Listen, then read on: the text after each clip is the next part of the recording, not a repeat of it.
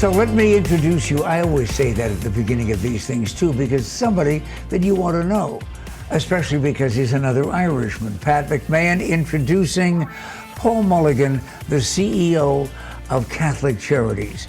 And the first thing I'm going to ask you, as an Irishman and a Catholic, talk to the audience right now. Tell all of us about the mission of Catholic Charities. Thank you, Pat. Great to be with you. Sure. Catholic Charities has been here since 1933, celebrating our 90th anniversary this year. And we are the charitable service arm of the Roman Catholic Church. We go out and we serve people who are vulnerable. We meet them in crisis, at risk, vulnerable, and we get them safe, stable, and ideally thriving.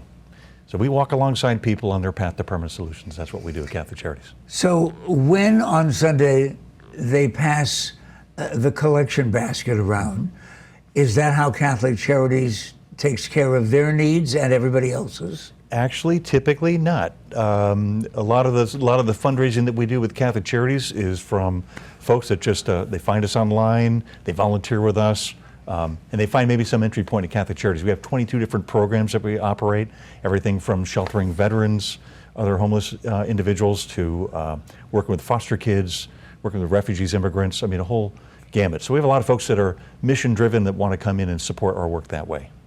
You only help Catholics? You don't have to be Catholic to serve at Catholic Charities. You don't have to be Catholic to be served by Catholic Charities. We're really here for our community's most vulnerable. Well, I asked that when St. Vincent de Paul Society is visiting, and it's always nice to hear that no matter what the need is and who is the needy person, that they don't check your rosary first when you come in. I agree, yeah. How different are you than St. Vincent de Paul? You know, great organizations that work in a complementary way together.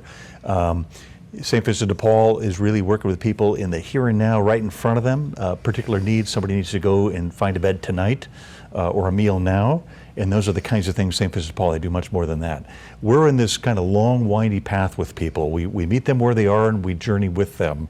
And it might be a path that's, it could be something like, I'm experiencing homelessness, I need to find affordable housing, or I need a shelter. It could be a refugee that's getting resettled from a foreign land, been in a second country for 10 years, and they're going to come get resettled in their own community. We'll partner with them there to make sure that that refugee family is resettled and welcomed here in the community. Any variety of these things, but ours is really a long journey meeting people where they are and walking with them. Well, on November 9th, as people assemble at the Mesa Convention Center, beginning around 5:30, you're going to be then recognized as an awardee, and the folks at the Arizona Interfaith Group, that splendid organization that I've been so proud of and to be a friend of. I'm the MC for that event. Don't let that prevent you from showing up. Noted. But you are an awardee that evening for all of your good work from this organization that does good work throughout the valley and all of the faiths. I mean, more than a dozen different faiths. And as I mentioned, every year I look out and here's Roman Catholic collars, and here's dashikis, and here's turbans, and there are no fist fights that break out. What is it that they're doing right, as far as you're concerned, when it comes to the complete community of faith? Yeah.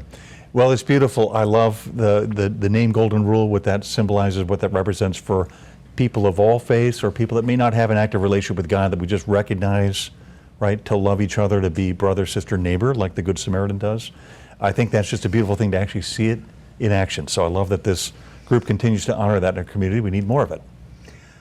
If somebody out there right now has either great need themselves in their family, or they know somebody that has specific needs that perhaps Catholic Charities can take care of, how do they get in touch with you? Great. I think most people have access to the internet, or a friend that does, CatholicCharitiesAZ.org. It's that simple. Pretty simple, Pat. Yep. And do they ask for someone in particular, or do they on the phone say, my family is broke, or my family's grieving, or we have a veteran who needs help? Do they specifically have to ask on the phone for a kind of assistance? Yeah, typically they get kind of routed where they need to go based on what it is. You're describing things like counseling, for example. We've got a counseling program. We direct somebody there. Somebody that might need to get on a housing list, for example. We've got a housing for home operation that would take care of that. So it would really just depend on what they present with, but that's what we're there for. So, Paul Mulligan then invites you to feel free to call Catholic Charities, even just to drop in and visit and find out what they're all about. And I'm inviting you November the 9th to that grand Golden Rule banquet where lots of these kinds of folks show up. And maybe you will too at the Mesa Convention Center. See you there.